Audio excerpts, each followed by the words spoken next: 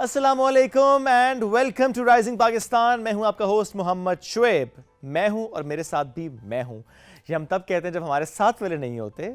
सबीन आज छुट्टी पर हैं, सबीन की तबीयत थोड़ी सी डाउन है, तो हमने सोचा कि उनको रेस्ट दिया जाए इससे पहले कि हमें कहें कि हमें रेस्ट नहीं मिलता या हमें छुट्टी नहीं मिलती। इस बात पे मुझे लोग कहते हैं कि आपने उनकी छुट्टी को रजिस्टर कर दिया है। ऑफ कोर्स एंड ऑब्वियसली ये तो होता है। एनीवेज, ये आज का शो भी बड़ा इंपॉर्टेंट, बड़ा खास है। हमारे चंद मेहमान जो हमें ज्वाइन करेंगे, जिनसे हम उनकी एक्सपर्टीज से मुतालिक बात करने वाले हैं। तो आज के शो में हमने आपके घर के अंदर जो टॉक्सिसिटी होती है, जो नेगेटिव एनर्जी होती है, हम अक्सर ही महसूस करते हैं कि घर के अंदर घुटन है, वो कैसे आप ख़त्म कर सकते हैं, कैसे उसको कम कर सकते हैं। वो छोटे छोटे से स्टेप्स, बल्कि कहना ये चाहिए कि जो आपके जेब पे भारी भी नहीं पड़ते, वो स्टेप्स आपके सामने लेकर आएंगे और एक्सप्लेन करेंगे हमारे एक्सपर्ट कि कैसे आपने अपने घर के स्पेसेस को ग्रीन करना है, कैसे आपने उन स्पेसेस को पॉजिटिव करना है और कैसे आप जो गलतियां हैं उनको आपने सुधारना है घर के अंदर पौधे रखते हुए की जो गलतियां हैं हमारे दरमियान। इसके अलावा आजकल इस्लामाबाद में एक ऐसा दरख्त है जो कि आपने बहुत ज़्यादा देखा होगा। वो दरख्त कौन सा है, वो दरख्त कहाँ का है, यहाँ पर क्यों इतना ज़्यादा नज़र आना शुरू हो गया है, उस पर भी हमें बात करनी है। और इसके साथ साथ जो फाइनेंशियल इंडिपेंडेंस का हमारा मौजू अक्सर हम डिस्कस कर रहे होते हैं, जिसमें हम अक्सर बात ख़वातीन से मुताल्लिक करते हैं कि financial independence is very very important. एक ऐसी ही ज़बरदस्त मिसाल से आपकी मुलाकात कराएंगे कि जिन्होंने इसको अंडरस्टैंड किया और बड़े राइट टाइम पर किया। हम अक्सर कहते हैं ना कि आपका जो बुरा वक्त होता है उसमें ये चीज़ डिटर्मिन करनी होती है आपने कि ये आ तो गया, लेकिन अब कैसे आपने इसमें से निकलना है। उसके लिए जो पहले की आपकी तैयारी होती है वो बहुत इंपॉर्टेंट होती है। अक्सर एक जुमला इस्तेमाल होता है ना, the more you train in peace time the less you bleed in war. यानी मुश्किल वक्त में आप बड़ी आसानी से निकल जाते हैं अगर आपने एक अच्छे वक्त में अच्छे से तैयारी की होती है। सो अपने आप को तैयार रखना भी बहुत ज़्यादा इंपॉर्टेंट होता है। और इसके साथ साथ आज ही के हमारे शो में हमारे एक ज़बरदस्त कॉन्टेंट क्रिएटर हमें ज्वाइन करेंगे, जिनको खुद सोशल मीडिया के जो प्लेटफॉर्म्स हैं वो एक्नॉलेज करते हैं। उनसे भी आपकी मुलाकात कराएंगे। बातें आज मैं अभी कम इसलिए कह रहा हूँ, चूँकि हमारे मेहमान पहुँच चुके हैं, आपकी मुलाकात उनसे करानी है हमें। तो हम बड़े छोटी सी ब्रेक की तरफ, जो ब्रेक से वापस आएंगे तो उनसे कराएंगे मुलाकात। रहिए हमारे साथ। ये है राइजिंग पाकिस्तान।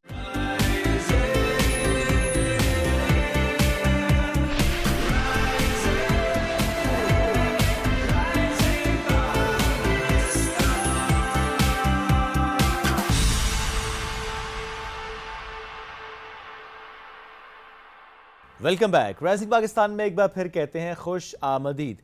हम अक्सर ही देखते हैं कि कुछ घरों के अंदर आपको बहुत ज़्यादा पॉजिटिव एनर्जी महसूस हो रही होती है। मेरे साथ पर्सनली ये होता है कि उन तमाम घरों में जब मैं देखता हूँ कि अच्छा कॉर्नर्स में किसी अच्छी स्पेस में पौधे होते हैं, कहीं पर कोई ऐसी वाइन यानी बेल चढ़ी होती है, वो चाहे मनी प्लांट है कोई और बेल हो, मुझे बड़ा अच्छा महसूस होता है। ये घरों में भी होता है, ये ऑफिसेज में भी होता है, किसी भी इनडोर स्पेस में जाकर जब मैं पौधे देखता हूँ तो आई फील सो गुड। लेकिन एक चीज़ है जो मुझे समझ नहीं आती, वो ये कि मैं जब नर्सरी जाता हूँ, because it is my favourite place actually.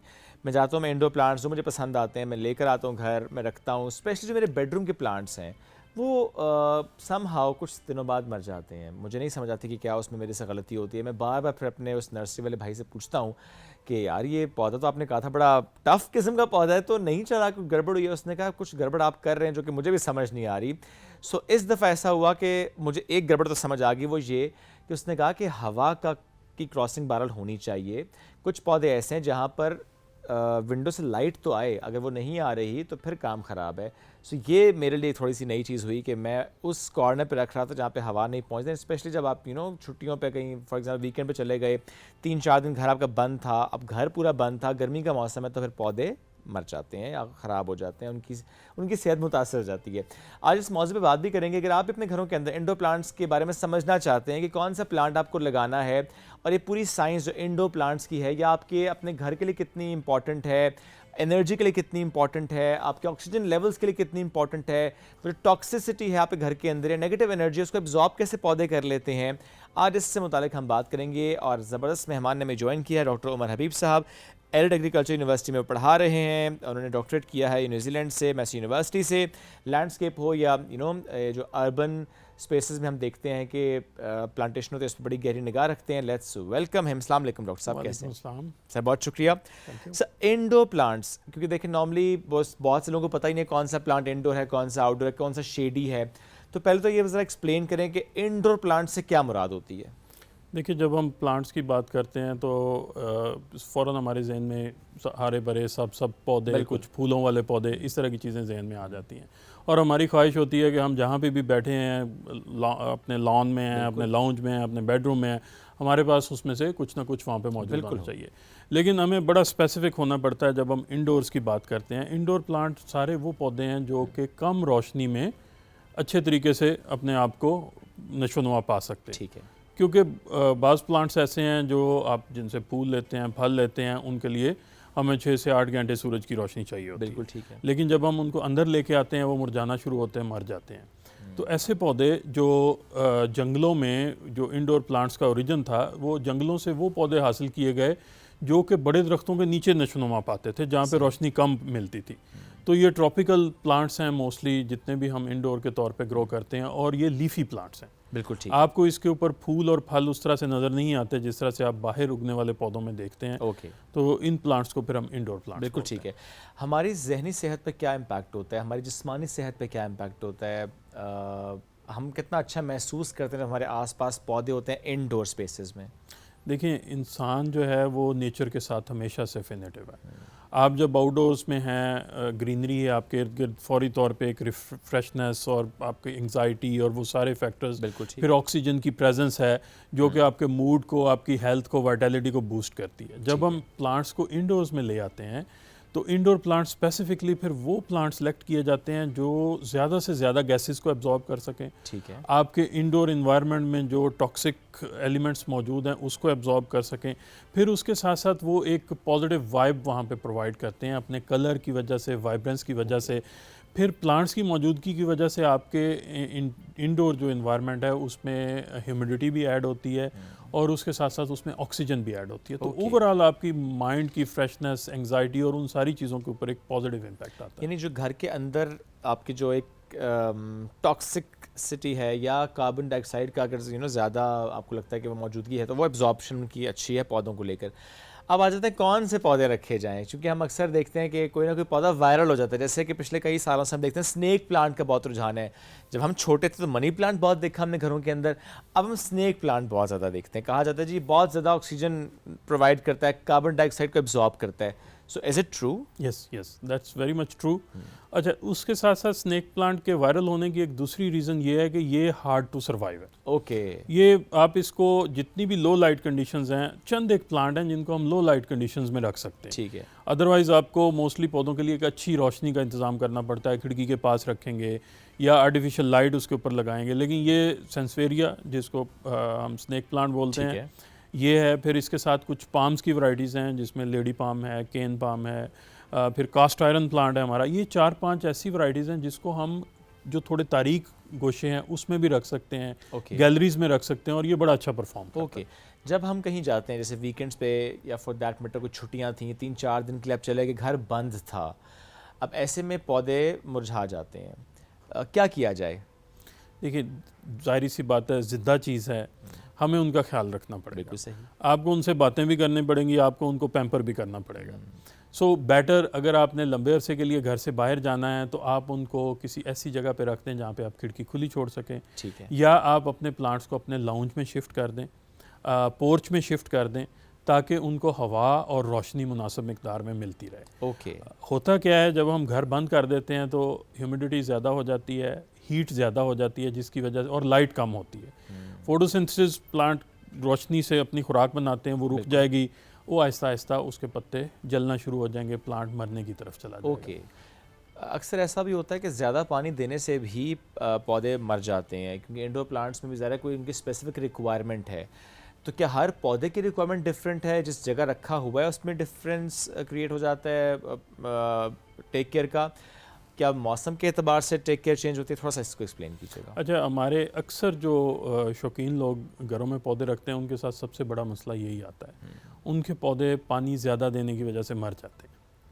तो हर पौधे की अपनी रिक्वायरमेंट है। ठीक है, अब उस रिक्वायरमेंट को हम इस तरह से देखते हैं, जो चौड़े पत्तों वाले पौधे हैं उनको ज़्यादा पानी चाहिए। ठीक है, जिस पौधे के ऊपर पत्ते ज़्यादा हैं उसको अगेन ज़्यादा पानी चाहिए, क्योंकि उसमें से पानी का अखराज ज़्यादा होगा। ठीक है, अच्छा, फिर मौसम के ऊपर ये डिपेंडेंट हो जाता है। जब टेम्परेचर ज़्यादा है पौधा अपने पत्तों से ज़्यादा बुखारात बनाता है, इसलिए उसको पानी ज़्यादा चाहिए होता है। तो हम ये नहीं कह सकते आप इसको दिन में एक दफ़ा पानी दें, आप इसको हफ्ते में। वो पौधे पे, उसके साइज पे, उसके लीफ पे डिपेंड करेगा। पौधा आपको खुद से बता रहा होता है कि मुझे इस वक्त पानी की ज़रूरत है। आप हमेशा ये देखें कि आपके पौधे का जो गमला है उसकी मिट्टी कैसी है। ठीक है। मिट्टी में अगर नमी मौजूद है, पौधा आपका खुश्क रहेगा। जब वो मिट्टी खुश्क हो जाए तो फिर आप उसको पानी दोबारा दें। अक्सर वो कहते हैं ना कि आप मिट्टी में उंगली डाल के चेक कर लें, अगर तो थोड़ी सी मिट्टी नरम है, आप नमी महसूस हो तो फिर तो ठीक है, अगर लगे कि नहीं ये बहुत ड्राई है तो फिर पानी दे दें। ऐसा ही है? ऐसा ही है। वैसे तो अब ना जो टेक सेवी लोग हैं उनके लिए तो बड़ी आसानी हो गई है, मार्केट से छोटे छोटे गैजेट्स मिलते हैं, बिल्कुल ऐसे जिसकी लाइट चेंज हो जाती है। जैसे ही वो पानी का तनासब उसमें मिट्टी में कम होगा, वो रेड लाइट में चला जाएगा, आप पानी उसमें ऐड कर दें।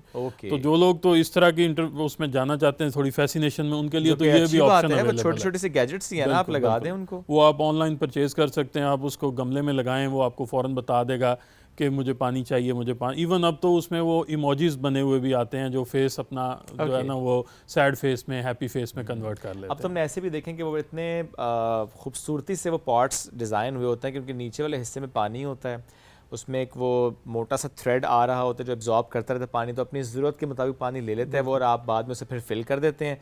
सो आपको रोज़ पानी नहीं डालना, आप अपने हिसाब से पानी लगेगा।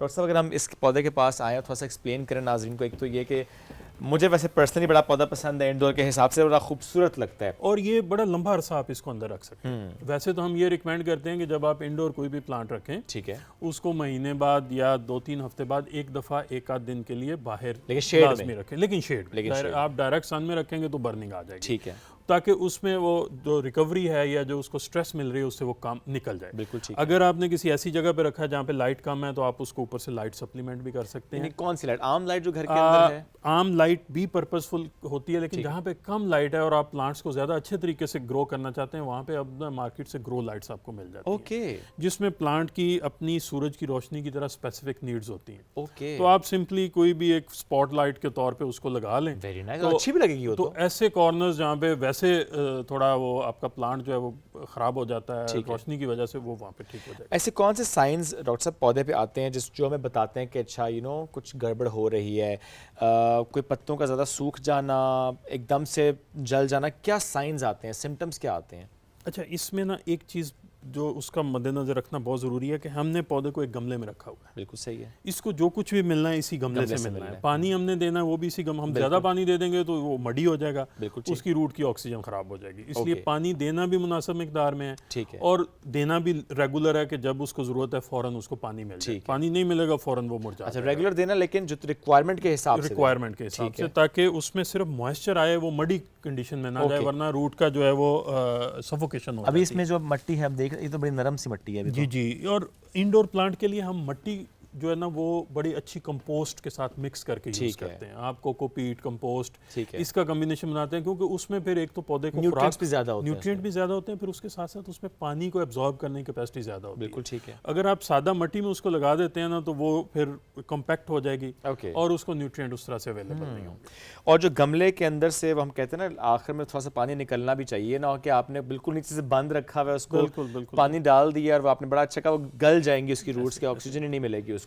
और कोई ऐसी चीज आप सजेस्ट करना चाहते हैं? और अच्छा, अब इसमें न्यूट्रिशन एक बड़ा मैटर होता है। ठीक है, आप पौधे अंदर रखते हैं, कुछ अरसे के बाद आप देख रहे हैं उसके पत्ते छोटे होने शुरू हो गए हैं, ऊपर से वो मुड़ना शुरू हो गए हैं। यस, ये भी होता है। तो उसमें दो वजूहत होती हैं, या तो उसको रोशनी कम मिल रही है, ठीक है, या उसके नीचे जो आपने मीडिया डाला है या उसके गमले में जो मिट्टी है उसमें उसकी न्यूट्रिशन मौजूद नहीं है। ओके, तो आप कोई भी स्लो रिलीज जो फर्टिलाइजर है वो NPK की फॉर्म में उसमें ऐड कर दें, ताकि आप यूरिया या इस तरह की फर्टिलाइजर इंडोर प्लांट में ऐड नहीं करेंगे, क्योंकि वो फौरी तौर पे उसको रश करेगी, पत्ते उसके बर्न होना शुरू हो जाएंगे। ठीक है, हमेशा जो स्लो रिलीज फर्टिलाइजर, आप गार्डन सेंटर पे जाएं, आप किसी भी बताएं शॉप पे जाएं, इंडोर प्लांट उनसे आप ये कह के डिमांड करके लेंगे हमें स्लो रिलीज फर्टिलाइजर जो है वो चाहिए। डॉक्टर साहब साथ बैठते भी हैं। अच्छा डॉक्टर साहब, एक चीज़ और भी हम देखते हैं इसमें कि अक्सर चूँकि आपने ना कंपोस्ट यूज़ करें, फर्टिलाइज़र भी स्लो रिलीज़ होना चाहिए, बट सम अगर किसी ने घर में ऑलरेडी कोई पॉट में मिट्टी ही रखी हुई है, कुछ दिनों बाद हम देखते हैं कि वो मिट्टी डेड हो जाती है, एकदम से ऊपर में नज़र वाइट होना शुरू होती है, फिर वो मिट्टी पूरी सफ़ेद हो जाती है, जिसे कहते हैं डेड हो गया, अब इसको चेंज करना है। एक तो ये साइन हो गया, उससे पहले सूरन चेंज करनी चाहिए। क्या ये ज़रूरी होता है कुछ अरसे बाद पौधे की मिट्टी को चेंज करना? पौधा जैसे जैसे ग्रो करता है उसका उसमें से न्यूट्रिएंट जो है वो यूज़ हो जाते हैं। ठीक है। अच्छा, फिर पौधे का गमला भी तब्दील होना ज़रूरी होता है। अच्छा। मतलब आपने एक छोटे गमले में पौधा रखा हुआ अब है, पौधा एक बड़ा साल हो के गया बाद है। वो बड़ा हो गया है, तो अब ज़ाहिर है उसको ज़्यादा जगह चाहिए। ठीक है। तो या तो आप उसको बाहर लगा देंगे कहीं पे ऐसी जगह पे जहाँ पे उसको ज़्यादा मट्टी अवेलेबल हो, या फिर आप ठीक उसका है। गमला बड़ा कर देंगे। ओके। तो ये बड़ा ज़रूरी है, क्योंकि वरना उसकी जड़ जो है वहीं पे चक्कर खाती खाती आपस में बाउंड हो जाएगी और वो पौधा ग्रो करने से रुक जाएगा। और ये होता है जो पॉट साइज होता है वो डिफाइन कर रहा होता है कि आपके पौधे का साइज क्या होगा। बिल्कुल, वो ये तो आई थिंक बाहर भी जो हम अक्सर देखते हैं ना, आजकल बड़ा रुझान है कि आप पॉट्स में लगा रहे हैं, फ्रूट प्लांट्स भी लगा रहे होते हैं, तो वो फिर प्लांट का साइज भी बढ़ता नहीं है एंड फ्रूट साइज भी नहीं बढ़ता। इससे पहले आपने कहा कि स्नेक प्लांट बड़ा है, अच्छा आपने इसके बारे में भी कहा कि ये बड़ा अच्छा रेजिलिएंट किस्म का प्लांट है।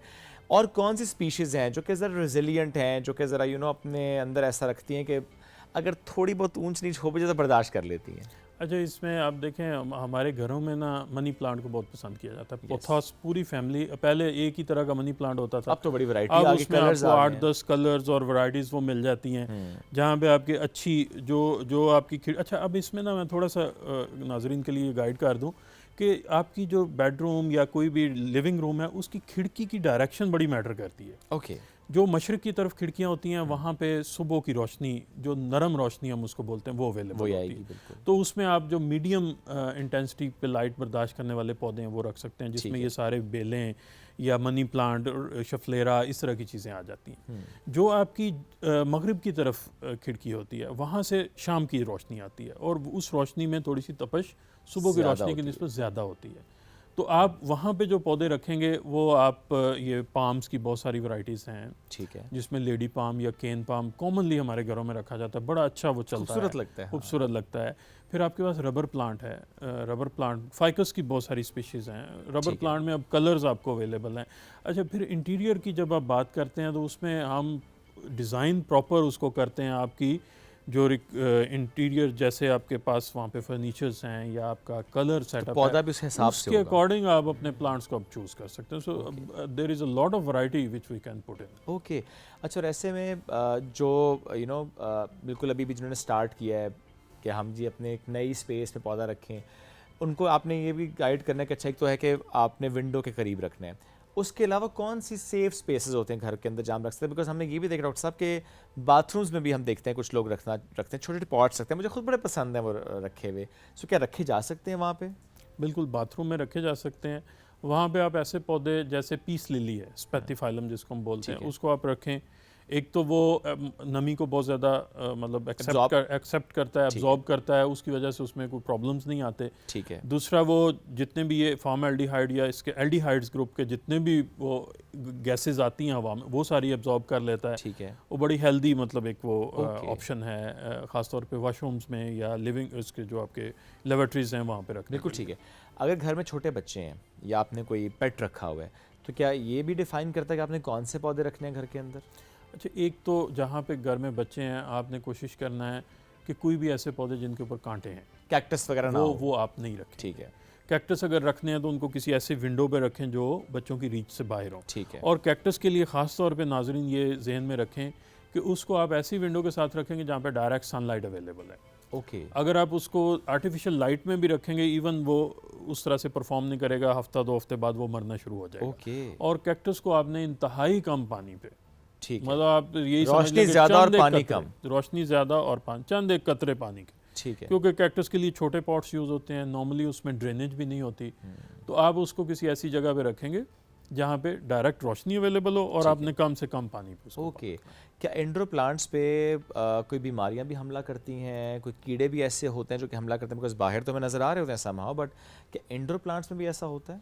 इंडोर प्लांट्स में बीमारियां आती हैं ओके। जहाँ पे जब नमी ज़्यादा आ जाती है तो उस वक्त इसमें फंगस अटैक करती है, ठीक है। जिसकी वजह से नीचे से तना गलना बाज़-औक़ात शुरू हो जाता है। तो उसकी सबसे बड़ी प्रिकॉशन तो यही है कि आप पानी उसकी ज़रूरत के मुताबिक, जब ये बारिशों का मौसम है उस वक्त पानी, ख़ास तौर पे ये मनी प्लांट या इस तरह के जितने भी पौधे हैं, उस वक्त आप इनको मिनिमम पानी पे ले जाएं, वरना इसके तने में गलने का अमल शुरू हो जाता है और पौधा आपका ख़राब हो जाता है। ओके।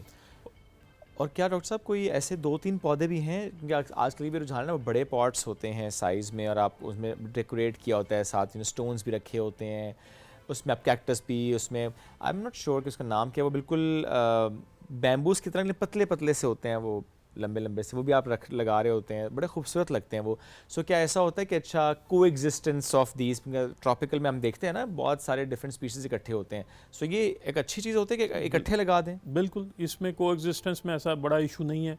बाहर आता है कि वो आपस में एक दूसरे से इंटरेक्ट करते हैं, नेगेटिव भी है पॉजिटिव भी है, लेकिन जब आप पाम्स को या लेकिन आप जब कैक्टाई को और पाम को इकट्ठा लगाएंगे तो फिर उसमें प्रॉब्लम आएगी, क्योंकि कैक्टस को पानी कम चाहिए और पाम्स को पानी ज़्यादा चाहिए।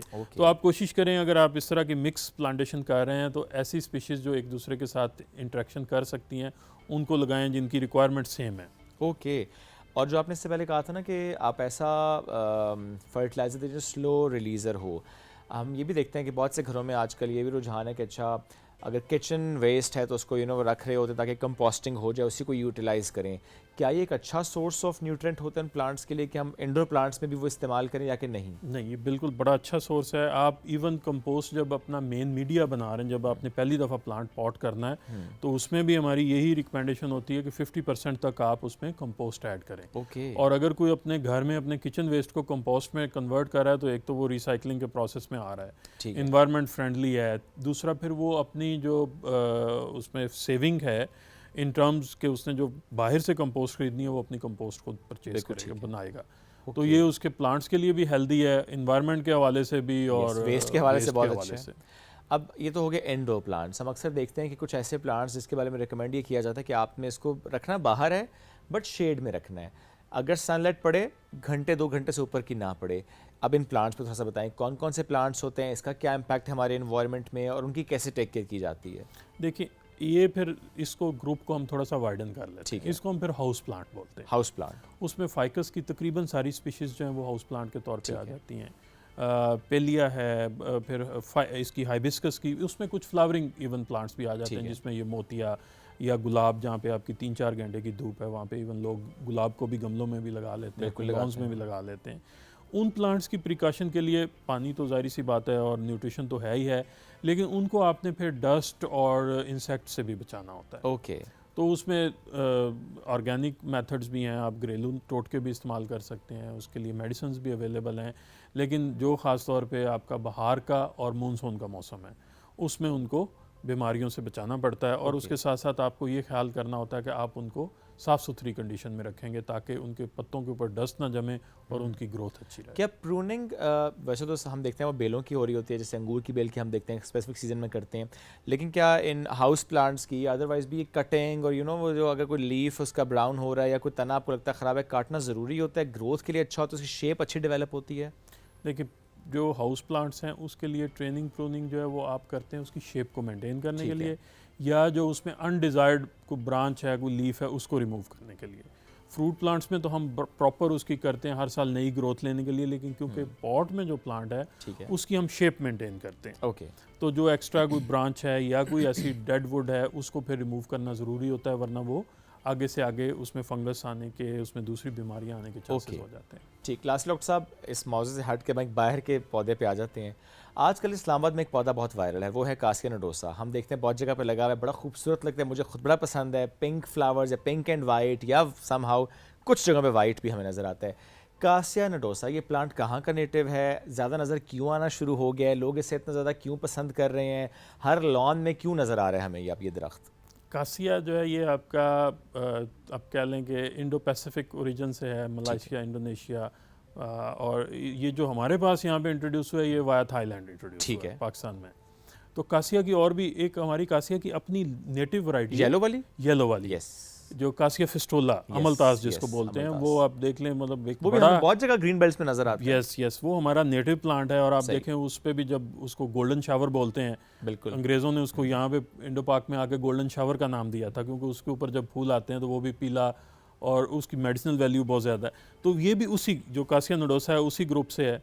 अब तो कासिया की कुछ और वैरायटीज़ भी, जिसमें वो रेनबो कासिया है, कासिया नियाली, और इस तरह से उसमें रेनबो फ्लावर्स, उसमें कलर्स जो हैं फ्लावर के वो और वाइब्रेंट हैं। उसमें एक ही जो बंच है उसमें आपको पिंक, येलो, वाइट, इस तरह से डिफरेंट टोन्स मिलती हैं। ये अवेलेबल है यहाँ ये भी अब अवेलेबल हो गया है। कैसिया बेक्रियाना, 3-4 अब स्पीशीज़ आपको, लेकिन नडोसा जो है वो अब क्योंकि एक ट्रेंड चल गया उसका, हमें नज़र आ रहा है जगह पे। रेजिलिएंट प्लांट है, रेजिलिएंट प्लांट है, लेकिन आपको इसकी केयर, क्योंकि एक्जॉटिक है, बिल्कुल। इसलिए आपको इसकी केयर ज़्यादा करनी पड़ती है Okay. Compare to other plants. और इसको भी वो पूरा डेवलप करने के लिए कहते हैं जी आप नीचे से उसके ना स्टेम्स को काटते हैं ताकि वो छतरी सी बने बिल्कुल, उसकी, और बिल्कुल, फिर उसके उसको ऊपर फ्लावर्स वो आए। एक हाइट के ऊपर ले जाके फिर आप उसको अलाउ करते हैं कि वो अपनी ब्रांचेस जो है वो स्प्रेड करे। ओके। इसके अलावा ऐसा कौन सा प्लांट है जिस तरह देखें ना कासिया हम देखते हैं आजकल बहुत नज़र आ रहा है, कौन सा ऐसा आउटडोर एक्जॉटिक प्लांट जो आपको नज़र आ रहा है, क्योंकि ज़रा आपकी और निगाह है, हम ज़रा और तरीके से देखते हैं, जो कि आपको लग रहा है कि ये ज़्यादा अच्छा भी लग रहा है, रेजिलियंट भी है, टेक केयर थोड़ी कम है और ज़्यादा अब आहिस्ता आहिस्ता फैल सकता है? इसमें हमारे पास बहुत सारी वैरायटीज़ हैं, जैसे तबूबिया है। ओके। तबूबिया पिंक कलर्ड फ्लावरिंग के साथ, वो भी इसी तरह से फुल अपना ब्लूम पे जब होता है वो पिंक कलर में चला जाता है। फिर हमारे नेटिव प्लांट्स में जैकरेंडा एक बड़ी अच्छी, वो पर्पल फ्लावरिंग में आपको इसी तरह से फुल ब्लूम के ऊपर फ्लावरिंग देता है। फिर एक हमारे पास अभी फ्लावरिंग पीचेस जो हैं वो बड़े आगे कॉमन हो रहे हैं। फ्लावरिंग पीचेस जी, वो पीच की वैरायटी है जो फ्रूट तो नहीं उठाती, लेकिन उसके ऊपर जब फ्लावर आता है it gives a very good show. Okay. अच्छा, वो जो आप फल नहीं sakura- लगेगा, सिर्फ फूल आएगा। सिर्फ फूल आएंगे। वो जैसे आप जैपनीज सकूरा फ्लावर की जी, जी, वो जी। एग्जांपल देखते हैं ना, ये इसी तरह से पूरा एवेन्यू पिंक कर देता है। तो Okay, बड़ा wow. मतलब फैसिनेटिंग प्लांट है। जबरदस्त, लेकिन शॉर्ट टाइम के लिए। शॉर्ट टाइम के लिए, short time। लेकिन Spring- कासिया तो आई थिंक spring कोई season। 5-6 महीने रहते हैं यस, फूल। कासिया नडोसा की एक दूसरी ये खूबसूरती है, ये आपको 7-8 7-8 मंथ्स तक आपको फूल देता है ये। तो इसीलिए लोग कहते कहते हैं जिनको फूल पसंद है वो बिल्कुल, कहते हैं कि हमारे लॉन में, हमारी एंट्रेंस पे तो लाजमी ये हो। पॉट पे अच्छा ग्रो करता है? नहीं, पॉट के लिए नहीं, इसको सॉइल सॉइल पॉट चाहिए। आपको बहुत बड़ा पॉट होगा, लेकिन उसमें भी इसकी ग्रोथ फिर स्लो रहती है। ओके, फिर तो हाइट इट उसकी शॉर्ट नीड्स रहेगी, सॉइल, और सॉइल भी ओपन सन में अगर आप इसको लगाएंगे तो ये अच्छी तो ज़्यादा अच्छा ब्लूम करेगा। Doctor Umar, thank you very much, साथ मौजूद थे। We were talking about indoor plants and then house plants and then वो जो आजकल आपने भी देखा होगा जो इस्लामाबाद में रहते हैं बिलखुसूस के बड़ा वायरल है जी, कासिया नडोसा में हर जगह नजर आता है। बिलखुसूस अगर आप 0 पॉइंट या फॉर दैट मैटर पेशावर मोड़ की तरफ से आए हमारे ऑफिस की तरफ भी, तो आपको वहाँ पर भी लाइन से नज़र आते हैं, वो छतरियाँ सी नज़र आती हैं एंड सो फैसिनेटिंग। एक्चुअली मैं बड़ा उसको देख के मैं इन्जॉय कर रहा था। आई रियली विश कि ज़्यादा दरख्त हों, हमें बड़े बड़े एवेन्यूज़ पे वो दरख्त नज़र आए, क्योंकि बहुत ही वाइब्रेंट सा उसका है। और सर ने इस तरह बताया कि अब तो उसमें रेनबो है और बड़ी वैरायटी आ चुकी हुई है।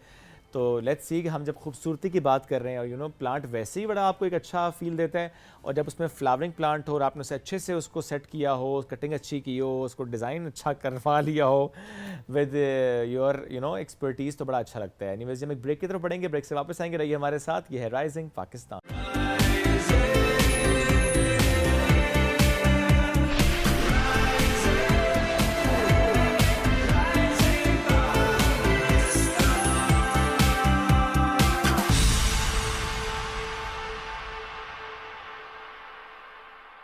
Welcome back. राइजिंग पाकिस्तान में एक बार फिर कहते हैं खुश आमदीद। आज हमारा मौजू है वर्क लाइफ बैलेंस, और बिलखुसूस हम खवातीन के पर्सपेक्टिव से इस पर बात करने वाले हैं, चूँकि हम देखते हैं कि उनके लिए चैलेंजेस ज़्यादा हैं। जब प्रोफेशनल लाइफ में वो कदम रखती हैं तो समटाइम्स बहुत सी बातें सुननी पड़ रही होती हैं। फैमिली की सपोर्ट को लेकर अब ज़रा हम बात तो कर रहे हैं, बट कहीं ना कहीं से कोई ना कोई जुमला, कोई ना कोई लफ्ज़, कोई ना कोई जेस्चर ऐसा आता है कि खातून थोड़ा सा डीमोटिवेट हो जाती हैं। कभी कभी ऐसा भी होता है कि बच्चों की तरबियत को लेकर या घर को लेकर या सिचुएशन को लेकर ऐसी कोई बात कर दी जाती है जिस पे खातून सोचती है कि अच्छा क्या मेरा कारोबार की तरफ जाना या जॉब की तरफ जाना ये कहीं गलत फ़ैसला तो नहीं था।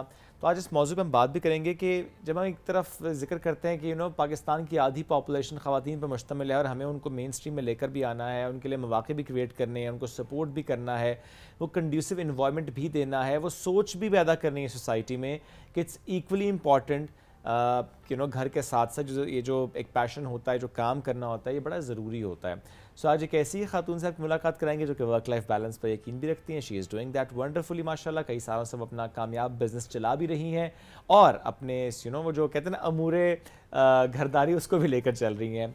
कहाँ कहाँ पर उनको दिक्कत परेशानी हुई और हुई तो उन्होंने क्या किया, इस पर बात करेंगे। We have with us Majibeen Kamran sahab Faisalabad से हमारे शो के लिए तशरीफ लाई हैं। लेट्स वेलकम हर। अस्सलाम वालेकुम जी। वालेकुम सलाम। माजिबीन कैसी हैं आप? I am good. क्या एक औरत के लिए वाकई वर्क लाइफ बैलेंस एक बड़ा चैलेंज होता है?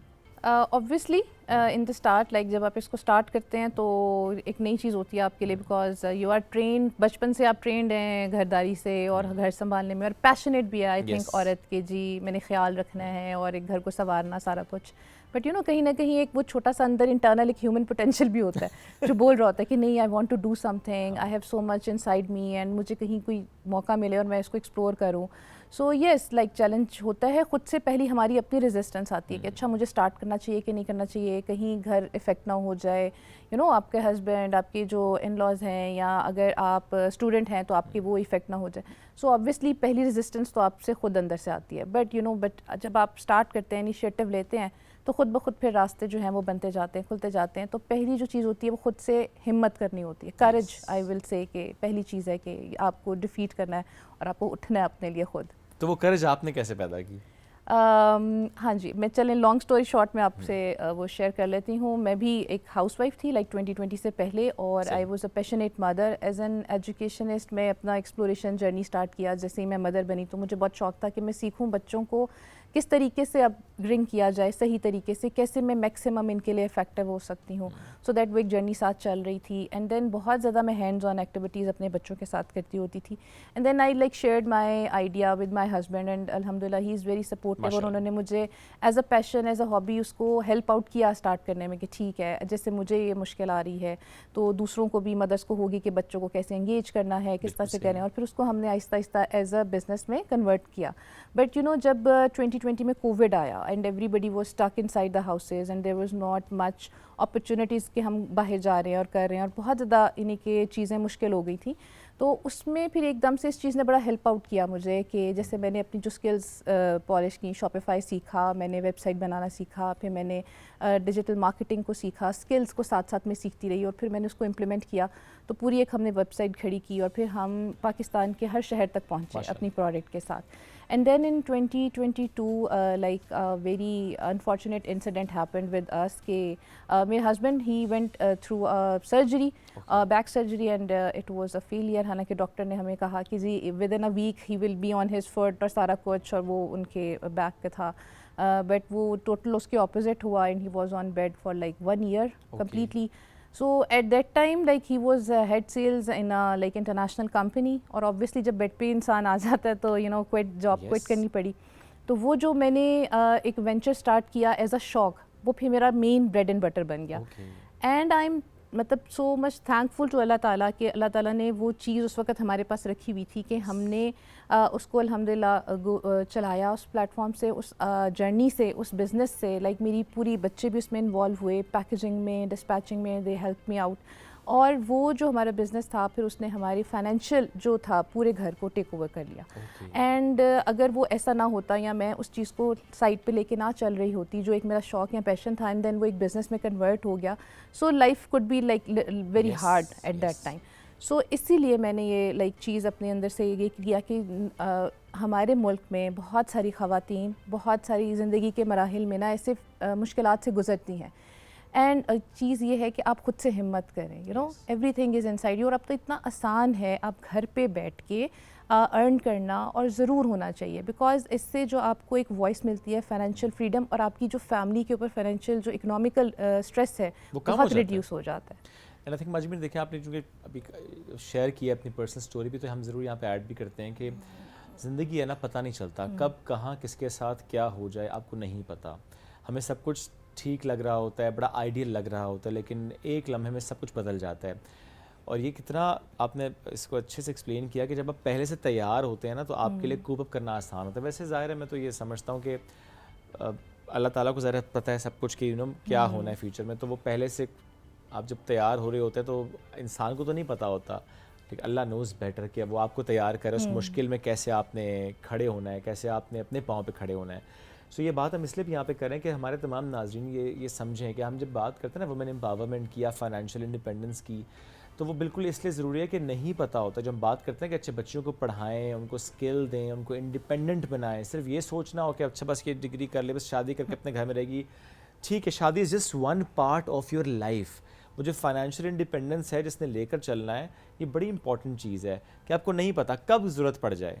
शौक़ और ज़रूरत, ये देखें दो डिफरेंट लफ्ज़ तो हैं, लेकिन कब आपको अपने शौक़ को जो पूरा कर रहे थे आप उसको ज़रूरतें पूरी करेंगे आप उससे, यानी when your passion becomes your profession and when your hobby is a source of income, तो उससे अच्छी कोई बात नहीं होती। तो इट्स वेरी इंपॉर्टेंट कि हम एक मुश्किल वक्त के लिए तैयार हों, ये बड़ा ज़रूरी है, मैं इस पे बड़ा स्ट्रेस दे रहा हूँ, मुश्किल वक्त तैयार होना, ख़वातीन को ड्राइविंग आनी चाहिए, ख़वातीन को डीलिंग करनी आनी चाहिए लोगों से, कि कैसे आपको डील करना है। भले आप कहती हैं माजबिन के इट्स समथिंग लाइक आप घर बैठे कमाएंगे, बट सम हाउ वेंडर्स हैं, आपको बात करनी होती है। हमारे यहाँ मसला है कि हमारी ख़वातीन की वो ट्रेनिंग भी बहुत कम है कि अच्छा बात कैसे करनी है, बिकॉज ये ज़रा माशरा है, उसमें डिफरेंट तरह के लोग होंगे, उनसे डीलिंग करनी आनी चाहिए, स्कैम ना हो जाए, कोई धोखा ना हो जाए, कोई झूठ ना हो, पता हो। जब लोगों से डील करना आएगा तो कैसे डील करेंगे? इसके लिए जो मैं सबसे ज़्यादा इम्पॉर्टेंट माओं को सजेस्ट करना चाहूँगी कि अपनी बेटियों को भी उसी तरह ट्रेन करें जैसे अपने बेटों को अपब्रिंग कर रहे हैं ना, उनको कॉन्फिडेंस घर से ही दें। ये जो टैगिंग हम लगा देते हैं ना कि लड़का और लड़की और ये कुछ काम कर सकता है और ये वाली चीज़ें ही नहीं, घर से ही आप उस नज़र से बच्ची को कॉन्फिडेंस दें, ठीक है। And it is so easy अब कि आप घर पे बैठ के मैं एक दफ़ा भी किसी वेंडर के पास नहीं गई अपनी रिसोर्सिंग के लिए, मैंने कॉल्स पे सबसे आप कॉन्टेक्ट करते हैं, आप कॉल पे करते हैं जी ये मटेरियल है, यहाँ से मिलेगा, इतने में मिलेगा, यहाँ से मुझे इसमें इतना फ़ायदा है, क्वालिटी आपने घर पे डिलीवर करा लिया, क्वालिटी चेक कर ली, एंड बिलीव मी आज तक मैंने अपने वेंडर्स की शक्ल नहीं देखी हुई, एवरीथिंग ऑन कॉल, ठीक है। मैंने उनको ऑर्डर किया, चीज़ें घर पे मंगवाई, मैंने एक्सपेरिमेंटेशन करके दी कि जिसके साथ मेरी डीलिंग सही हो रही है, चल रही है वो। और जो कोरियर्स वाले हैं वो बिज़नेस के लिए घर पे आ जाते हैं आपके अकाउंट खोलने, ठीक है, एवरीथिंग घर पे हो जाता है। तो अभी आज के दौर में तो ना ये बहुत ही आसान है औरतों के लिए कि वो घर पे काम भी करें। मेरा पूरा जो वर्क प्लेस है वो मेरे घर के ऊपर वाले फ्लोर में है, सो मेरा घर नीचे है, लाइक हम किचन भी मैं जाके अपने बच्चों के लिए खाना भी खुद बना रही होती हूँ, ठीक है, हस्बैंड के साथ भी टेक केयर उनका कर रही होती हूँ, ठीक है। अल्हम्दुलिल्लाह मुझे इस मामले में थोड़ी सपोर्ट इस तरह से मिली कि हस्बैंड भी बहुत सपोर्टिव है, इन लॉज भी बहुत सपोर्टिव थे, तो उन्होंने मुझे अलाउ किया कि अच्छा मैं पूरा ऊपर वाला पोर्शन अपनी वर्क प्लेस बना लूँ। सो अभी हमारे एम्प्लॉयज़ भी आते हैं, हमारी वहाँ पे कुछ प्रोडक्शन भी हम खुद कर रहे होते हैं। तो अगर आपको नहीं भी सपोर्ट इस तरह की मिल रही ना, तो आहिस्ता आहिस्ता जब लोग ये देखते हैं ना कि उससे घर को फ़ायदा क्या होगा आपकी स्किल से, हाँ खुद ब खुद सपोर्ट आ जाती है। सो लाइक हमारा जैसे अब डिजिटल पूरा जो मार्केटिंग का अब जो डिपार्टमेंट है वो मेरे हस्बैंड देखते हैं, because now he is on foot माशाल्लाह अल्हम्दुलिल्लाह, और इस चीज़ ने उनको रिकवरी में बहुत हेल्प आउट किया। आप ये देखें कि उनको उस हादसे के बाद देखिए ये कॉन्फिडेंस था कि चलो ठीक है ये एक मुश्किल वक्त आया है बट इट्स टेम्प्रेरी, ये भी एक तवक्कुल था, और दूसरा है कि my better half is supporting me, supporting this house, और हम दोनों इस मामले में we are on same page कि मिलकर चलाना था घर को। अगर एक वक्त में आज मैं यहाँ पर थोड़ा सा एक मुश्किल वक्त में हूँ तो better half is doing that. Exactly ये सब ये देखिए ये कॉन्फिडेंस था उनके अंदर, एंड आई एम श्योर कि इसने उनको एक बूस्ट दिया कि अच्छा हम नहीं है किसी और पर डिपेंडेंट, exactly. हम इंडिपेंडेंट ही हैं, भले ये मुश्किल वक्त है, भले जॉब चलेगी, but my better half is doing it. और सबसे इम्पॉर्टेंट ये कि जो हम चीज़ चाह रहे होते हैं ना कि आपके बच्चों में इनडायरेक्टली चली जाए कि अच्छा बच्चे जब जिंदगी में कोई चैलेंजिंग टाइम आएगा ना, तो बजाय इसके इधर उधर देखने के और दूसरों पे डिपेंड करने के, आप अपने जोर बाजू पे जो है ना वो रखो। अल्लाह ने हर चीज़ फीड करके आपके अंदर डाली हुई है, आपने सिर्फ खड़े होना है, करेज दिखानी है, एंड ट्राई योर बेस्ट। और ज़िंदगी में हमेशा आप याद है कि हम जो पीछे से ट्रेनिंग लेके आ रहे होते हैं ना, हमें फेलियर्स और नाकाम होना जो है ना नहीं सिखाया जाता, और नेचुरल कोई भी प्रोसेस ऐसा नहीं है जिसमें हम नाकाम नहीं होते, हम नाकाम भी होंगे, हम हारेंगे भी, लेकिन फेलियर जो है it's a process of learning, आप इम्प्रूव करेंगे। मैं जब भी पहली कोई प्रोडक्ट लॉन्च करती हूँ और जब उसमें डिलीवर करती हूँ, उसमें बहुत सारी कॉम्प्लिकेशंस भी आती हैं, कुछ हमें फीडबैक आते हैं, फिर हम उसको मज़ीद इम्प्रूव करते हैं, तो उससे डिस्करेज नहीं होना होता। सो इस चीज़ में मुझे मेरे हस्बैंड ने बहुत हेल्प आउट किया कस्टमर सर्विसेज में, क्योंकि मैं पहले घबरा जाती थी, किसी कस्टमर ने ना फीडबैक दिया और कुछ मसला हो गया तो मेरे हाथ पाँव फूल जाते थे कि अब मैं क्या करूँ। सो उनका थोड़ा मार्केटिंग का बैकग्राउंड था और कॉर्पोरेट का था, एक्सपीरियंस था, तो उन्होंने कहा देखो आपने ना कस्टमर से घबराना नहीं है, आपने उसको फेस करना है और उसकी कॉल सुनो, वो आपको इम्प्रूव करने में हेल्प करेगी। सो फेलियर से हमने डरना नहीं होता, जब हम उसको फेस करते हैं वो हमें ही इम्प्रूव करती है, और उसके बाद आपकी ही क्वालिटी बेहतर हुई, आपकी ही प्रोडक्ट की बेहतर होती है, और उसको कोई कम्पीट नहीं कर पा रहा होता। So it is not very important कि हमें प्रोसेस में चैलेंजेस आएंगे, तो घबराने की बजाय ट्रस्ट द प्रोसेस। लेकिन एक मसला आज भी और भी है हमारे यहाँ ना कि हम ये सोचते हैं स्पेशली ख़वातीन के पर्सपेक्टिव से कि जी वक्त ही नहीं होता हमारे पास, हम तो और वाकई हम देखते हैं घर की जिम्मेदारियाँ वाकई इस तरह की होती हैं, या शायद हमने समहाउ औरत को बर्डनाइज भी बहुत कर दिया है when you are not sharing the burden of a woman in your house, कि वो सुबह आप सबसे पहले उठ रही हैं, पूरा दिन हमें लगता है कि she is doing it because ज़ाहिर है पूरा घर के काम हर चीज़ मैनेज करना, भले हाउस हेल्प हो तब भी एक जिस तरह से औरत लेकर घर को चल रही है, बच्चों को, हस्बैंड को, पेरेंट्स को, जो भी घर में कोई एल्डरली है, कोई बीमार है, कुछ भी है, तो उसमें उसके पास तो अपने लिए टाइम नहीं है, वो अपने खाने के लिए टाइम नहीं निकाल रही, वो अपनी सेहत को प्रायोरिटाइज नहीं कर रही। ऐसे में इस तरह से एक बिल्कुल सेपरेट टाइम कि अपने घर में वर्क स्पेस क्रिएट करना और काम करना, ये तो वाकई चैलेंज है। अगर मैं आपको बताऊं ना तो चीज़ें बिल्कुल इसके ऑपोजिट हैं। ओके। अगर औरत को ये मौका मिल जाए ना कि जो उसका ट्रू टैलेंट है या उसका जो शौक है वो भी साइड पे चलाती रहे। हमारे साथ मसला ये आता है कि हम ना मेंटली ऑक्यूपाइड ज़्यादा होते हैं। बहुत सारी ऐसी चीज़ें हैं जो हम आउटसोर्स कर सकते हैं, ठीक है। आप हाउस हेल्प आपने रख ली, आपने शेयर कर लिया, आपने अपना टाइम डिवाइड कर लिया, आप थोड़ा डिसिप्लिन्ड हो जाएं। वो जो एक गॉसिप चिट चैट और वो जो दूसरे आपके शौक है ना उनको साइड पे करके, अगर आपका कोई पैशन है, जैसे आप पेंटिंग कर सकते हैं, आपकी स्टिचिंग, आजकल क्रोशे करती हैं बहुत सारी, अगर आप अपना शौक साथ साथ ज़िंदा रखते हैं ना तो बिलीव मी आपकी मेंटल हेल्थ बहुत इम्प्रूव होती है। आप फिज़िकली और मेंटली अपने आप को ना वैल्यूएबल समझते हैं और आप ज़्यादा प्रोडक्टिव हो सकते हैं as a mother, as a wife, as a like sister, daughter, क्योंकि जो आपका इंटरनल पोटेंशियल है, शौक है, साथ साथ ज़िंदगी में अगर वो चल रहा है ना, उसको आप मी टाइम कर सकते हो। तो आप ना एक्सप्रेस कर रहे हो एज अ ह्यूमन बीइंग जो आप ट्रूली हैं, वो आपको हेल्प करेगा ज़्यादा बेहतर इंसान बनने में। जब हम वो चीज़ नहीं कर रहे होते ना, वो अंदर ही अंदर हमें बल्कि रेजिस्ट करती है। वो जो हमारी एंगर है, वो जो हमारा एक स्ट्रेस है, वो निकलता इसीलिए है। वो जो हम बच्चों पे आ जाके निकाल देते हैं या घर पे, तो हमें ये फीलिंग आ रही होती है कि अच्छा मैं बस खाना बनाने के लिए रह गई हूँ, या मैं कोई इतनी क्योंकि ना दुनिया आपको, आप चाहे जितना मर्जी सारा दिन में दे रहे हैं, वो आपको एज अ हाउसवाइफ को ना उतना वैल्यू नहीं देता कि जी अच्छा ये क्या काम हुआ, घर संभाला। हालांकि बहुत बड़ा काम है, बहुत बड़ी जिम्मेदारी, करके देखें ना लग पता चलता है। लेकिन इसके साथ साथ आई सजेस्ट कि औरत के लिए उसका एक अपना पैशन होना, एक साइड पे काम होना ना उतना ही इम्पॉर्टेंट है। ये ना सिर्फ आपको फ्रीडम देता है ऑफ योर वॉइस, आपको एम्पावर करता है, और बल्कि ना सिर्फ आपकी ना बच्चों के लिए एक आइडियल मदर होने की, आप कह सकते हो कि इंस्पिरेशनल फिगर भी दे देता है उनको, ठीक है। कि अच्छा मेरी मामा जो है ना, आपको कॉन्फिडेंस आता है कि आपने बात कैसे करनी है, आपने लोगों से मिलना कैसे, अच्छा वो डील कर सकती हैं, वो भी उतनी ही इम्पॉर्टेंट हैं जितने घर में मेरे बाबा या दूसरे अफराद इम्पॉर्टेंट हैं। सो बच्चों में अगर आप कॉन्फिडेंस चाहते हैं ना, तो सबसे पहले माँ का जो पैशन या कॉन्फिडेंस है ना, उसको डेवलप कर लें, तो बच्चे खुद ब खुद सीख लेंगे। और मजबूर आजकल बहुत सारा काम ऐसा है कि जिसके लिए हमें फिर डिजिटल स्किल्स सीखनी पड़ती है। आपने खुद बड़ा अच्छा कहा, आपने शॉपिफाई सीखा, आपने डिजिटल मार्केटिंग सीखी, ऐड लगाना एंड कैसे आप मार्केट करें अपने प्रोडक्ट को, ये बड़ा ज़रूरी है। अब तो कोर्सेज़ भी अवेलेबल हैं और ख़वातीन वो कोर्सेज़ भी कर लेती हैं। तो वो जो लड़कियां इस वक्त हमें सुन रही हैं, या वो जो न्यू मॉम्स और मे बी जो अभी शादी के बाद अब वो सोच रहे हैं कि अब पहले तो किसी और जगह पे थी, जॉब या कुछ चीज़ चलती है, वो ख़त्म हो गया, she wanted to do something now. So क्या ये जो सोच होता है कि यार मैं कैसे सीखूं ये डिजिटल स्किल्स, ये तो नए ज़माने की अब चीज़ें हैं और हमें ज़रा मुश्किल हो रही है सीखने में, क्या ये आर्गूमेंट ठीक है कि मुश्किल है सीखना? नहीं, बिल्कुल भी नहीं। इससे ज़्यादा आसान, इस दौर से ज़्यादा ना आसान कभी था ही नहीं कुछ भी सीखना, ठीक है। मेरे साथ जो लेडीज़ काम करती हैं, यूट्यूब से, ट्यूटोरियल से देख देख के उन्होंने चीज़ें सीखी। मैं खुद एक एग्जांपल हूँ, टोटल कंप्लीट हाउसवाइफ से ना, यानी कि I have become an entrepreneur now, I talk, I give like trainings now. तो मैंने जो भी चीज़ें सीखी हैं, या तो लाइक अपने हस्बैंड से, और वो भी प्रैक्टिकली मुझे उन्होंने कुछ ऐसे नहीं बता दिया, और खुद करके देखो, खुद कॉल करो, खुद ऐसे करो।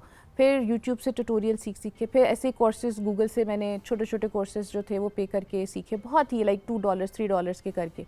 बट उसमें यह कि जब आप खुद लर्न करते हो ना, तो एक्सपेरिमेंटेशन करके फिर उसको इम्प्रूव करने की भी आपको जल्दी हिम्मत आ जाती है। ज़रूरी नहीं है कि आप घर से छोड़ के कहीं एकेडमी जाओगे तो आप सीखोगे। देखिए एआई के दौर में ना, तो it has become so easy. आप प्रॉब्लम लिखें वहाँ पे, वो सॉल्यूशन पूरा देता है। वो आपका साइकोलॉजिस्ट भी बन जाता है, वो आपका ट्रेनर भी बन जाता है, आपका मेंटोर भी बन जाता है, वो आपको आइडियाज़ भी दे देगा कि आपके गिवन रिसोर्सेज में आपको क्या करना चाहिए, कितनी देर में आप ट्रेंड हो जाएंगे। तो अब ज़रूरत सिर्फ इस बात की है कि आपके पास जो भी आइडिया है ना, उसको स्टार्ट कर दो, स्टार्ट ले लो, आप इनिशिएटिव लो, और it is very very very easy. ये सिर्फ आपके अब यहाँ पे है कि मैं कैसे करूँगी, क्या होगा।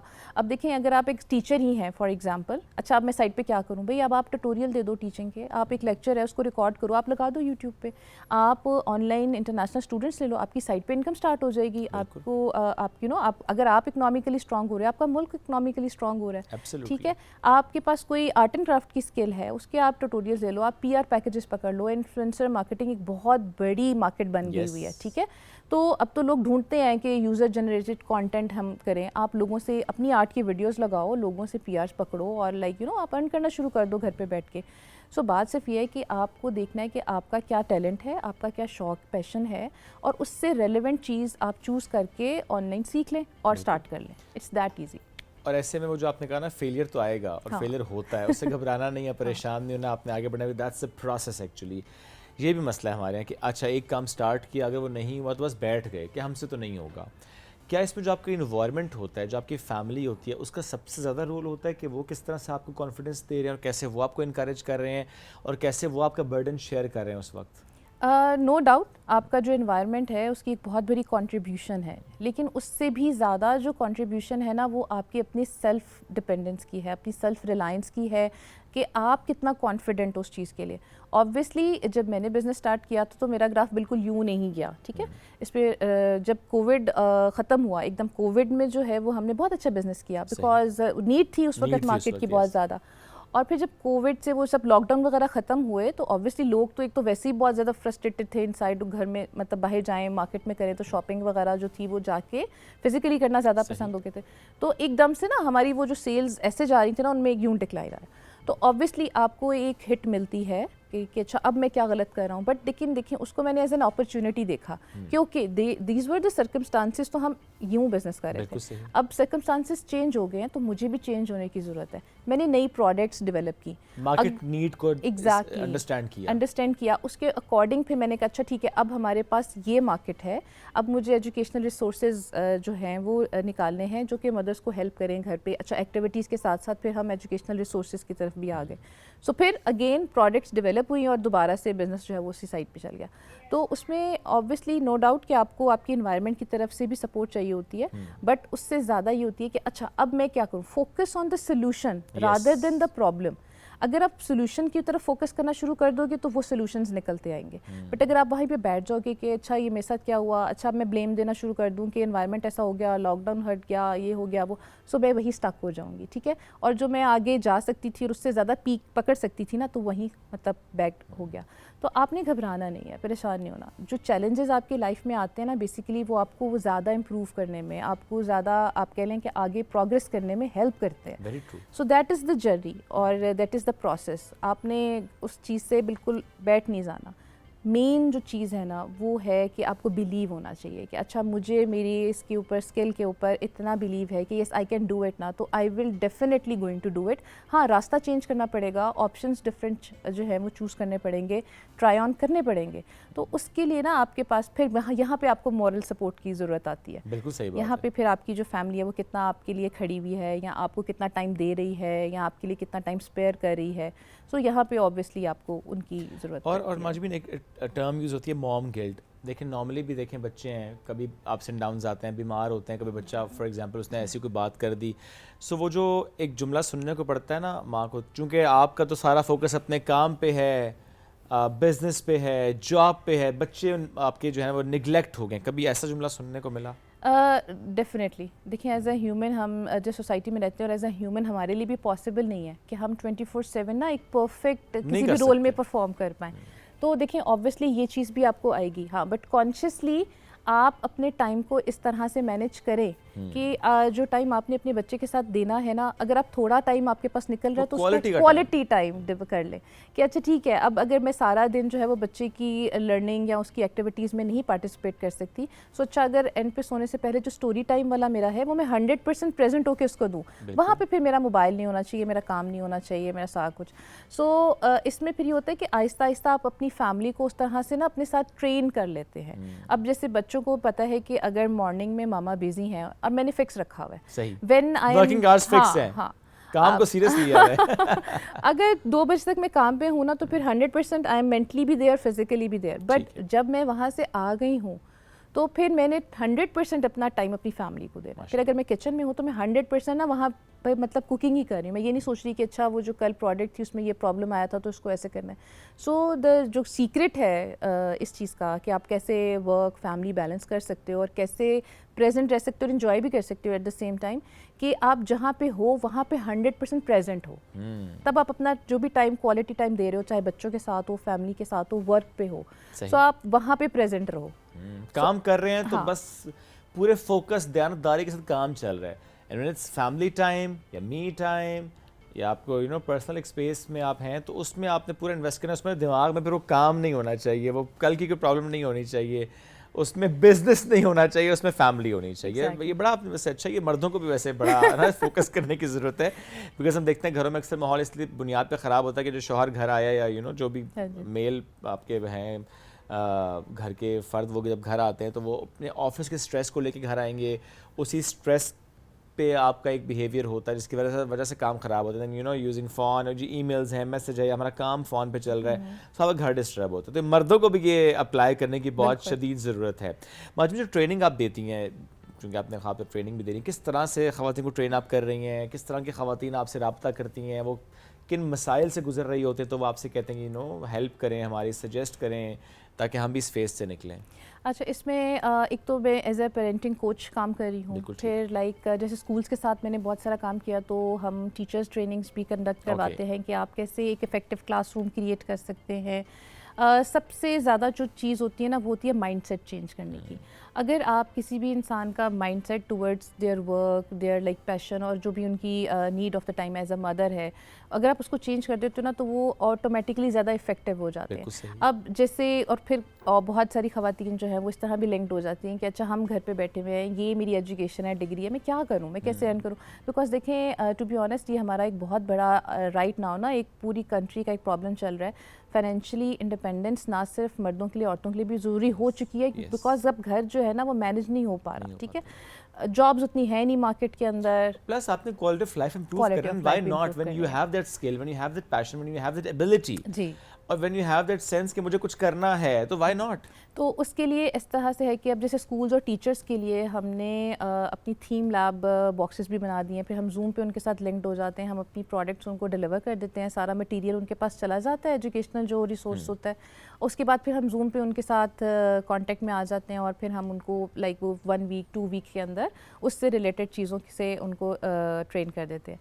और मदर्स के लिए जैसे एज अ पेरेंटिंग, कि आपने अगर आपका बच्चा 5 साल तक का है तो आप घर पे कैसे इफेक्टिवली उसको ब्रिंग कर सकते हैं, क्या नीड्स है उसकी, क्या माइलस्टोन्स अचीव होने चाहिए, तो उसमें भी हम इसी तरह से हमारी ट्रेनिंग्स फॉर्म हुई हुई हैं।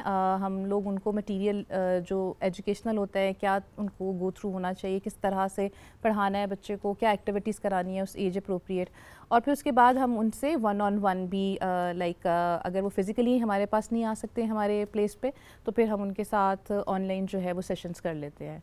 So this is how like it is conducted. बल्कि फीमेल्स जो मैंने देखा वो ज़्यादा प्रेफर करती हैं कि फ़िज़िकली आके तो अटेंड करें, और उसका फ़ायदा भी ज़्यादा होता है, और जल्दी सीखते हैं। और प्लस ये होता है कि मैंने ये देखा जब इंटरेक्शन होता है ना डिफरेंट मदर्स का आपस में, और फिर वो एक ही प्रॉब्लम्स भी आइडेंटिफाई हो जाते हैं, फिर वो सोल्यूशंस डिस्कशन ज़्यादा इफेक्टिव होती है। फिर क्योंकि मैं सेशंस करती हूँ मदर्स और बच्चों के साथ, कि बच्चे भी साथ आए, तो फिर उनको एक जो होता है ना कि एक रियल लाइफ एक्सपीरियंस हो जाता है कि अच्छा अगर बच्चा ये टेंट्रम थ्रो कर रहा है तो हमने कैसे हैंडल करना है, तो वो एक बड़ा ईजी हो जाता है उनके लिए उस चीज़ को टैकल करना और हैंडल करना। और बल्कि in my city it is really appreciated, because उससे पहले ये चीज़ नहीं हो रही थी। मैंने देखा लाहौर, इस्लामाबाद, कराची में फिर भी ट्रेंड है, अवेयरनेस उस लिहाज से ज़्यादा है और बहुत सारे लोग इसमें काम कर रहे हैं। अब वर्कशॉप्स आप देखें कि बहुत सारी जगहों पे रेस्टोरेंट्स वगैरह में ना कंडक्ट होना शुरू हो गई हैं आर्ट एंड क्राफ्ट से रिलेटेड।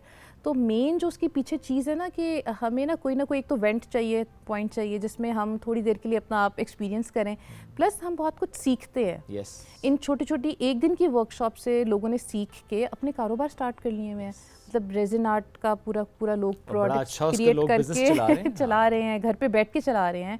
छोटे छोटे बच्चे आ गए हुए हैं, जैसे ये क्रोशिया आर्ट है, डिफरेंट हैंडमेड चीज़ें क्रिएट करते हैं और वो पूरा का पूरा बिजनेस चला रहे हैं। फिर एक ये क्ले क्रिएशन है, क्ले ज्वेलरी, क्ले से बना के चीज़ें। तो देखिए छोटी छोटी स्किल्स हैं। मैं तो कहूँगी कि आज के दौर में आप जितनी ज़्यादा स्किल्स सीख सकते हैं ना वो सीख लें।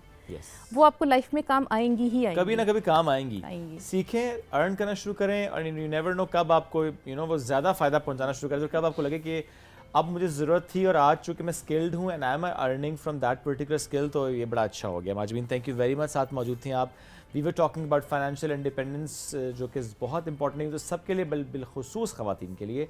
ब्रेक की तरफ बढ़ेंगे, वापस आएंगे, रहिए साथ। ये है राइजिंग पाकिस्तान।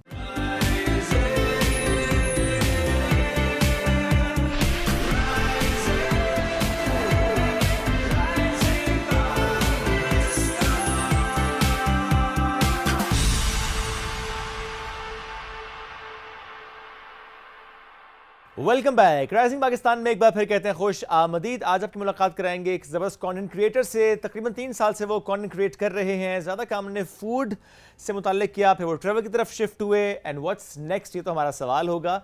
3 साल में 3 lakh followers and doing amazing. और इस दौरान टिकटॉक ने उनको ऑफिशियल क्रिएटर के तौर पे भी रिकग्नाइज किया है। 2 दफ़ा जो टिकटॉक का इवेंट हुआ पाकिस्तान में, एक बार कराची में, एक बार नथे गली में, सो वहाँ पर भी उनको ये सिलेक्ट किया गया जी कि you are doing very well.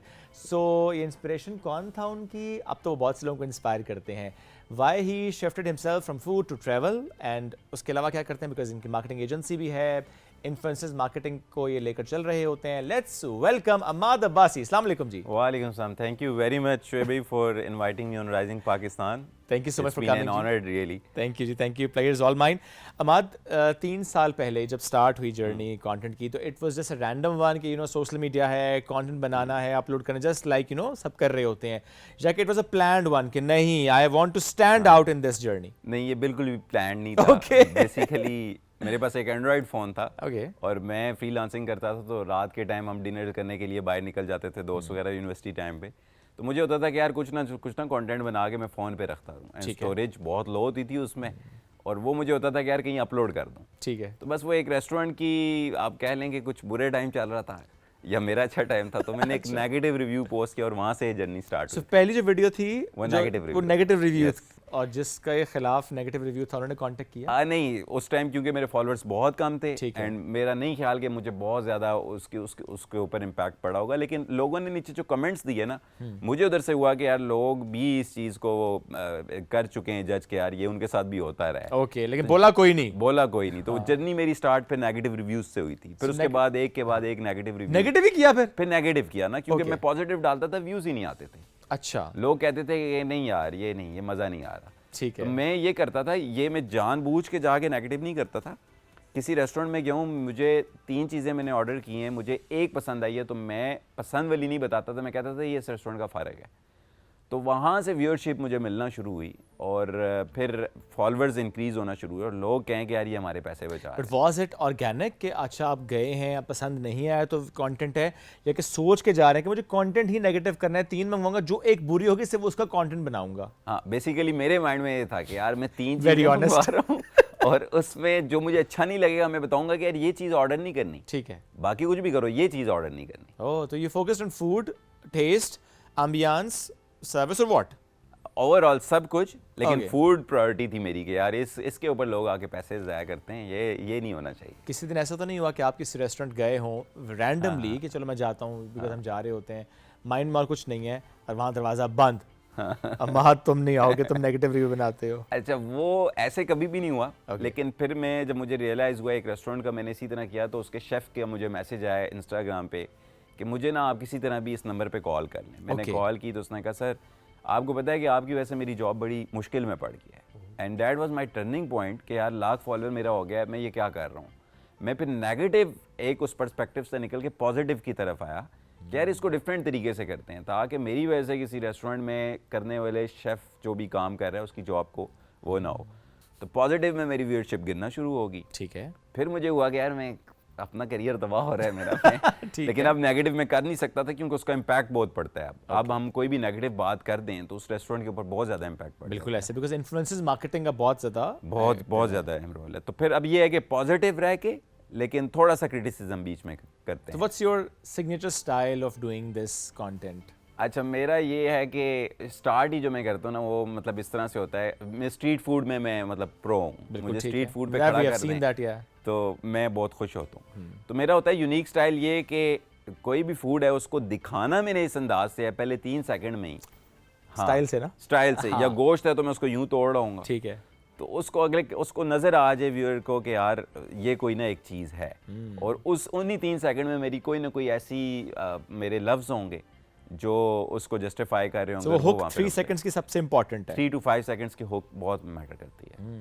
हमारे हम बहुत से कंटेंट क्रिएटर्स को देखते हैं without naming anyone actually, because सब अपना काम करें, अपने अंदाज से करें। देखिए सबका स्टाइल, हम ये भी नहीं कह सकते ना कि एक ही बॉक्स में सारे आ जाएं, बस एक ही स्टाइल हो और एक ही तरह से, वो नहीं हो सकता। अब हर किसी का इंडिविजुअल स्टाइल है, and we should appreciate and we should respect the diversity.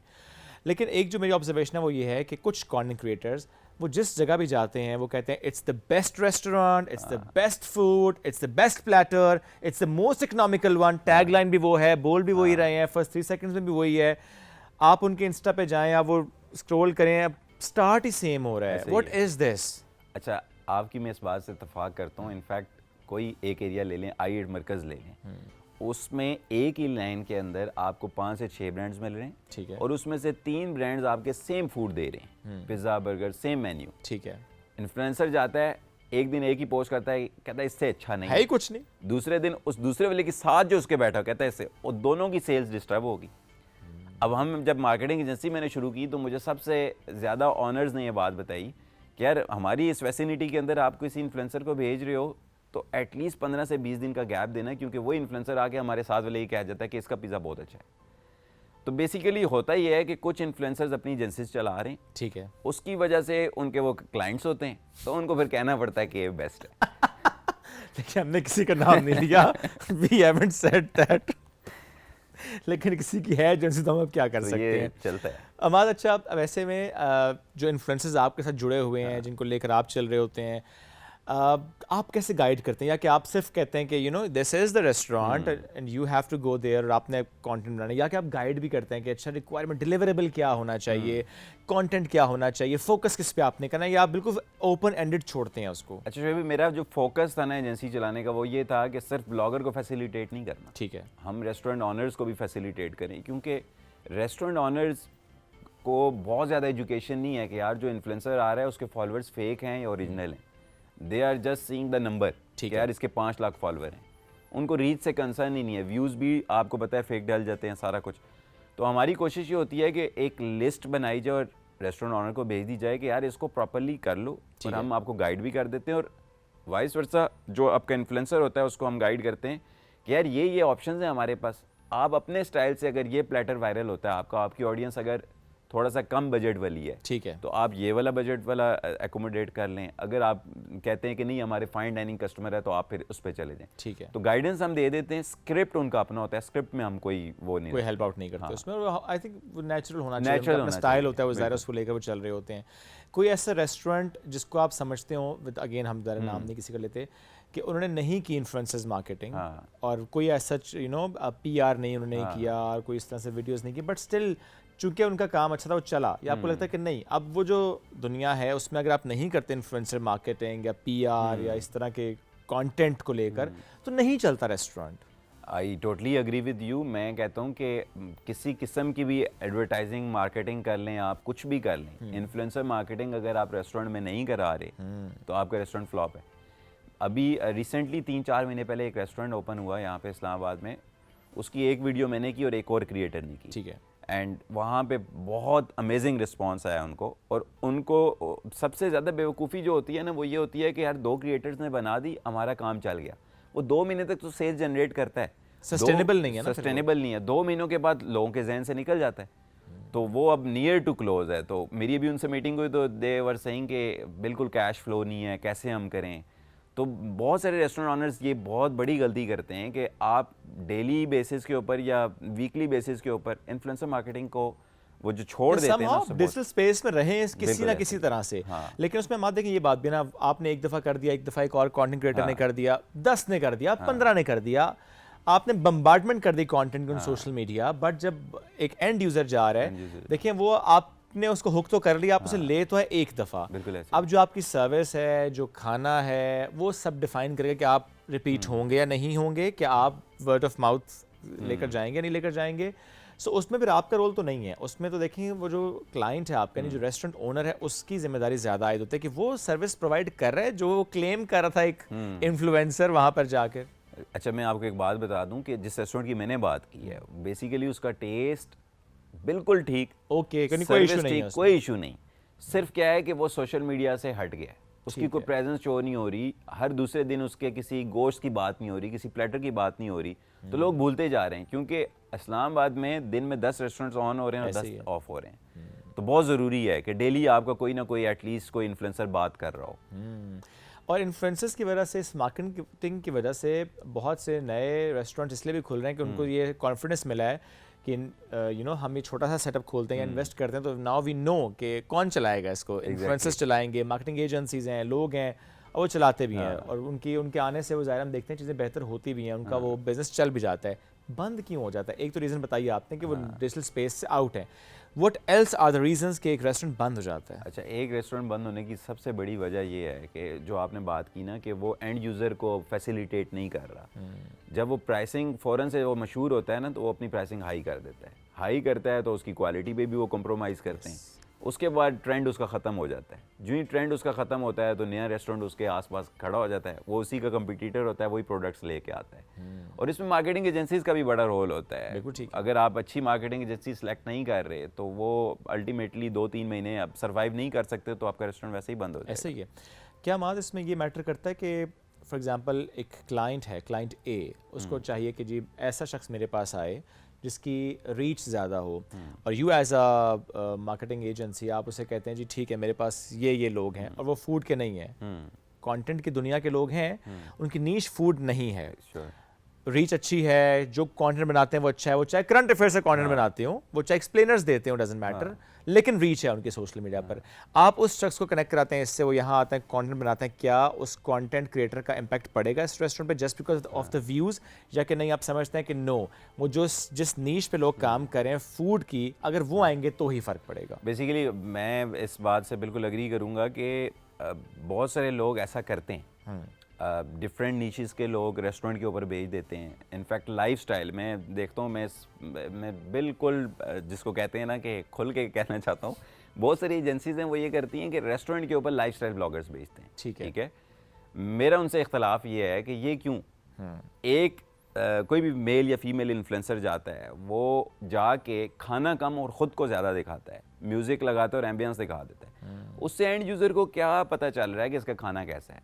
जब तक एक फूड ब्लॉगर रेस्टोरेंट पे जाके फूड को एक्सप्लेन नहीं करेगा तो वो मार्केटिंग एग्जिस्ट नहीं करती। मैं इसके बहुत ऑपोजिट। ये बड़ा अच्छा पॉइंट रेज कि बाकी जो लाइफस्टाइल वाले हैं वो अपना स्टाइल दिखाएंगे, शशका दिखाएंगे, म्यूजिक, अच्छा टेम्पलेट यूज किया होगा, लेकिन फूड नहीं होगा उसमें, या हल्का सा होगा। तो वो फिर जाहिर है जिसने आपको फॉलो इसलिए किया हुआ है उस रेस्टोरेंट को, कैसा देखूं कि आपके पास कौन कौन आ रहा है या किस तरह से आप मार्केटिंग करें, आपको उसमें नजर नहीं आएगा फूड तो वाकई आप नहीं जाएंगे। मैं बहुत ज़्यादा इसके अगेंस्ट भी हूँ और मैं बहुत जगहों पे ये कह चुका हूँ, रेस्टोरेंट ऑनर्स को कह चुका हूँ जो कहते हैं कि काम नहीं चल रहा, हम 2-3 एजेंसी से काम करवा चुके हैं, ठीक है, आपको क्यों ट्राई करें? तो मेरा पहला पॉइंट ही ये होता है कि क्या वो फूड ब्लॉगर्स उन्होंने बुलाए? उन्होंने कहा 2 बुलाए, तो 8 जो थे वो लाइफस्टाइल थे, हाइप के लिए। ओके, तो हाइप एक दिन के लिए होती है, ऐसे ही है, वो टेम्परेरी होती है, फिर नहीं होता काम। अच्छा Amad, your top 3 favourite food vloggers कौन है? अच्छा, मेरा सबसे पाकिस्तान में इस्लामाबाद पिंडी में। अच्छा, इस्लामाबाद विसिनिटी में रहते हुए बात करनी है। हाँ बड़ा आपने वो कर दिया, लिमिटेड किया ना। लेकिन इस्लामाबाद में रिसेंटली मुझे कासिम खान का कंटेंट बहुत अच्छा लगा। Amazing as a person, he is amazing too, he is too good, yeah no doubt. जो स्टोरी टेलिंग का तरीका है, एब्सोल्युटली, जो खानों को एक्सपोज करने का तरीका है। सेकंड नंबर पे चौधरी दानिश, उसको मैं इसलिए पसंद करता हूँ कि वो पूरे पाकिस्तान की बात करता है। ठीक है, वो इस्लामाबाद के फाइन डाइनिंग से लेके स्ट्रीट फूड, इनफैक्ट अभी वो लंडी कोतल तक गया हुआ था अपने उसके ऊपर, वहाँ पे कोई गोश्त है तो उसको एक्सप्लोर करना है। ज़बरदस्त। थर्ड के ऊपर इस्लामाबाद में मैं अपने आप को पसंद करता हूँ। ये भी ज़रूरी है, करना चाहिए ज़रूरी है अपने आप। हाँ व्हाई नॉट। तो लेकिन इधर में अगर किसी का कंटेंट देखूँ तो इन दोनों को मैं बहुत शौक से देखता हूँ। ज़बरदस्त, ग्रेट। कोई ऐसा कंटेंट क्रिएटर नाम हम ज़रा अब नहीं लेंगे जिसको देख के आप कहते हो कि you shouldn't be a content creator in this niche, you are good, अच्छा है सब कुछ, लेकिन फूड का नहीं करना चाहिए आपको? ऐसे हैं लोग? बहुत अच्छा दोस्त है मेरा, बहुत अच्छा दोस्त फिर है। तो नाम ले लो, फिर नाम ले लो, दोस्त है तो। मेरा एक दोस्त है, वो आपका भी दोस्त है, ही शेख नुमानुल हक। मैं उसको कहता हूँ फूड छोड़ दो, तुम्हारा लाइफस्टाइल कंटेंट बहुत चलेगा। ही इज अमेजिंग, मतलब सैलून में जाता है, मिलियंस में व्यूज लेकर आता है। उसकी रीजन है प्यारी उसकी बियर्ड, प्यारे hair style, fashion.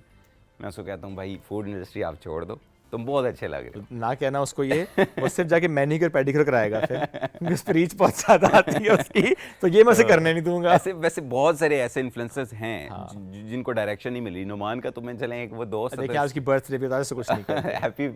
Happy birthday to you. लेकिन ये है कि बहुत सारे हैं जिनको थोड़ी सी डायरेक्शन, लेकिन he is doing amazing job as well.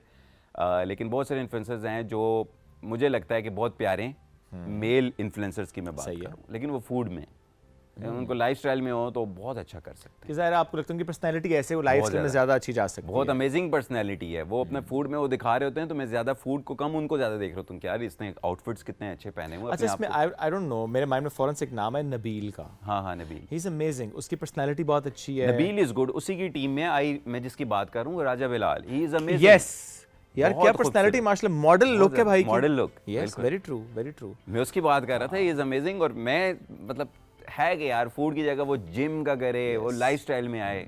वो नहीं करता इसके अलावा फूड बहुत के कम अलावा? करता है, बहुत मे बी उनका ग्रुप बन गया ना, वो ग्रुप बन ग्रुप गया। में जाते हैं Yeah. और वो उनका ग्रुप बड़ा यूनिक काम group, करता है। वो अच्छा नजर काम भी कर आता रहा है, है, अच्छा करते हैं, no मिलजुल के doubt. करते हैं। वो जो दोस्ती है वो नजर आती है, एक डिफरेंट एलिमेंट नजर आता है। वो एक कैरावान का उन्होंने आई किया था, लव बड़ा द अच्छा। Most about that group is कि वो एक दूसरे को इतना Support सपोर्ट करते करते हैं, हैं। yes, इस्लामाबाद के क्रिएटर्स, मैं फिर वो कहूँगा कि हम लोग कोलैब्स नहीं करते। हम कहते हैं कि मैं अगर आपके साथ कोलैब करूंगा, मेरे फॉलोअर्स आपकी तरफ चले। वो इस certain मामले group में दे आर वेरी यूनाइटेड माशाल्लाह। ज़्यादा, हाँ। उनका मुझे ग्रुप बड़ा पसंद है। वो जिस तरीके से, और स्पेशली वो ट्रैवल भी कर रहे हैं तो Travel भी इकट्ठे कर कर रहे रहे हैं। होते वो हैं। मुझे कैरावान का बड़ा अच्छा उनका लगा था, जिस तरह से उन्होंने किया। अच्छा, एक जुमला एक का है, फिर एक और का जुमला है, बड़े स्क्रिप्टेड, ऑर्गेनिक, कैंडिड, बड़ा लाइवली सा उनका Lively सा कंटेंट होता होता है। No doubt they are doing amazing work as well.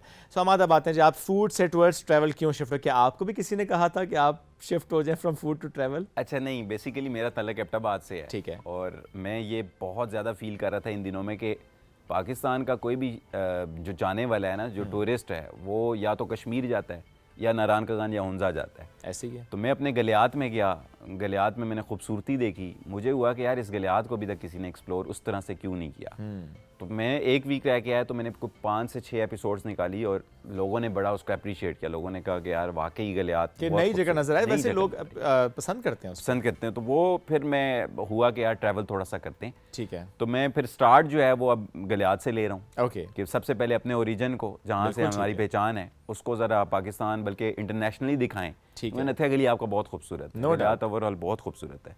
In fact अभी मैं एक पार्क में गया, वहाँ पे मरी में I was about to biodiversity ask that, वो जो अभी जिसकी इनॉग्रेशन होनी है, जी भी अभी होनी है। बहुत प्यारा आपका वो it's a government content, initiative yes. और इतना खूबसूरत पार्क, वो 1 हिस्ट्री पार्क, किलोमीटर। क्या उसका नाम क्या है? बेसिकली उसका नाम है बायोडाइवर्सिटी पार्क। Biodiversity park. वो उसमें हिस्ट्री history ट्रैक park है शायद एक। बिल्कुल नेचर ट्रैक है। वहाँ पे मुख्तलिफ किस्म के कई इकसाम के दरख्त लगे हुए हैं, जो गोरों के ज़माने में लोग वहाँ पे आके रिसर्च करते थे उन दरख्तों के ऊपर। वहाँ पे इन्होंने एक प्रॉपर एक सेंटर बनाया है जहाँ पे लोग आके रिसर्च करेंगे और होपफुली वहाँ पे उन्होंने एकोमोडेशन का भी रखा है कि अगर कोई बाहर से आता है तो वो वहाँ पे रह भी सकता ज़बरदस्त। तो ये तो हम इंटरनेशनल टूरिस्ट को तो लेकर आ Tourist रहे को हैं, लेकर पर आ हम रहे हैं। अपने एक नए डोमेन को एक्सप्लोर कर रहे हैं कि जो रिसर्च करना चाहते हैं इस डोमेन में, वो आए यहाँ पे रहें, देखें। उसके लिए प्रॉपर एक इंफ्रास्ट्रक्चर डेवलप हो गया, बड़ा खूबसूरत है। बहुत वो खूबसूरत है। और कब ओपन अभी- हो रहा है ये? अभी वो मेरा ख्याल है अगस्त में ओपन हो जाएगा। ओके ओके और अभी उसके साथ ही बिल्कुल मैं बताऊँ आपको कि पाकिस्तान का एक बहुत खूबसूरत जू बन रहा है, ओके, बिल्कुल उसके बिल्कुल साथ। नाइस। और वो जू भी विद इन मेरा ख्याल है 1 मंथ और 2 मंथ उसका फर्स्ट फेज होगा लॉन्च। और वो पाकिस्तानियों के लिए बहुत अमेजिंग एक्सपीरियंस बहुत कुछ नया होने वाला है। लेकिन एक चीज़ और हो जाती है ना, हम आप देखें फॉर एग्जांपल अभी लास्ट वीक कुछ लोग जिन्होंने मुशपुरी की वीडियोस लगाई ना कि बड़ा खूबसूरत है मुशपुरी, और वो आखिर डेजी का वहाँ सीजन भी है एक स्पॉट पे, तो संडे को वहाँ पे पाकिस्तान मीटअप हो गया। बिल्कुल ट्रैफिक जैम हो गया हमारे Traffic टूरिस्ट jam का। हो तो देखें अब आप जब जाएंगे गलियात में, पहले ही हम देखते हैं कि ना गलियात में रश होता है और रश हो जाएगा और यार rush फिर। हो जाएगा। तो ये होता है। सो आप सर ये भी गाइड किया करें साथ साथ कि what is the right time to visit, not only Sunday, क्योंकि आपको टाइम निकालना पड़ता है, अदरवाइज यू नो वाकई पाकिस्तान मीटअप हो जाता है, फिर वहाँ पे ट्रैफिक जैम हो जाता है। तो मैं चाहता हूँ कि ऐसी जगहों पे रश उतना ज़्यादा ना हो, डिवाइड हुआ हो रश, divide हुआ। हर रोज़ के हिसाब से, टाइम के हिसाब से। बट समर वेकेशन है, देन वीकेंड होता है, सो अम्मा अब्बा को तब टाइम मिलेगा तभी वो लेकर निकलेंगे। अच्छा बेसिकली वो एक तो ये है कि वीक डेज में बहुत ज़रूरी है। कुछ लोग होते हैं, अब जैसे हम कोई जॉब वगैरह नहीं है तो हम चाहते हैं कि यार वीक डेज में जाएं, इन्फ्लक्स कम होगा, वहाँ पे हम अच्छे से कंटेंट बना सकते हैं। या आप उसमें एक चीज़ और है मात कि आप अर्ली मॉर्निंग पहुंचें किसी अर्ली मॉर्निंग भी बहुत ज़रूरी है। जरूरी है, वरना देखें ना 11-12 बजे तो आधा पाकिस्तान उधर पहुंचा होता है। मैं अभी पाइपलाइन ट्रैक पे गया, मैं पाइपलाइन ट्रैक पे तकरीबन कुछ 7 बजे के करीब सुबह पहुंचा। Okay. और वहाँ पे सारे वो लोग थे जो मेरे से 20-20 साल ऊपर के थे। ओके 40-50 वो वाले लोग थे जो सुबह जागने वाले थे। जब मैंने ट्रैक ख़त्म किया, मेरा कुछ 10, साढ़े 10, 11 बजे में जब ट्रैक से निकल रहा तो मैं देख रहा कि यार हमारी रश आया यूथ अब हुआ आ है। रही है, रश आया हुआ है। आपने अच्छा टाइम चूज किया। बहुत अच्छा। Choose that time wisely, otherwise आप जब जाएंगे ये सोच के कि यू नो आपको एक नेचर से कनेक्ट होने का मौका मिलेगा, तो साथ जिस शोर से आप दूर गए हैं आपको शोर दोबारा मिल सकता है। शोबे एक और चीज़ मैं यहाँ पे ज़रूर ऐड करना चाहूँगा, जैसे अभी ये नई नई ओपन हो रही हैं चीज़ें, हमारे मैं खुद बहुत सारी जगहों के ऊपर हमारे से नेग्लिजेंस हो जाती है, हमारे हाथ में कुछ रैपर है, कुछ भी हम फेंक देते हैं। हमारे बहुत खूबसूरत मुल्क है बेशक। हमारे, मैं सिर्फ अभी गलियात में अगर अभी देख रहा हूँ क्लोजली तो इतना खूबसूरत है। मुशपुरी ट्रैक के ऊपर आपको इतना गंद मिलेगा, वहाँ पे वहाँ के लोकल्स हैं वो साफ कर करके थक जाते हैं। आप देखें जब लेकिन इतना हम लोग रश इस चीज़ का होगा, ख्याल लोग नहीं जाएंगे, रखते। ख्याल नहीं करेंगे। हम अक्सर ये टर्म यूज़ करते हैं रिस्पॉन्सिबल टूरिज्म, प्लीज़ इसको इंश्योर करना हम सबकी जिम्मेदारी है। आज हम जाते हैं, ट्रैश का ख्याल नहीं करते हैं, रैपर फेंकते हैं, और जब नेक्स्ट टाइम जाएंगे ये देखो ना किसी ने यहाँ पे रैपर फेंक दिया है। भैया फेंक कर गए थे, आपके सामने वो दोबारा आया है। बिल्कुल ऐसे सो प्लीज़ ख्याल करें, वो घर समझ के अपना उसका ख्याल रखें। Amma thank you very much, it's so great to have you and keep up the great work. जो आपने सजेशन दिया है शेख नुमान को हम पहुँचा देंगे उन तक। Thank you so very much for inviting me again and Pakistan जिंदाबाद। थैंक यू वेरी मच जी, पाकिस्तान हमेशा जिंदाबाद जी। हमारा थैंक यू वेरी मच। नाज़रीन इसी के साथ हम आपसे लेंगे इजाज़त। अपना बहुत सा ख्याल रखें, दुआ में याद रखें और पाकिस्तान का बहुत ख्याल रखें। ये हमारा मुल्क है, हमारा घर है, हमारी पहचान है, ये है तो हम हैं, उसका ख्याल हम सबको मिलकर रखना है। अल्लाह हाफ़िज़।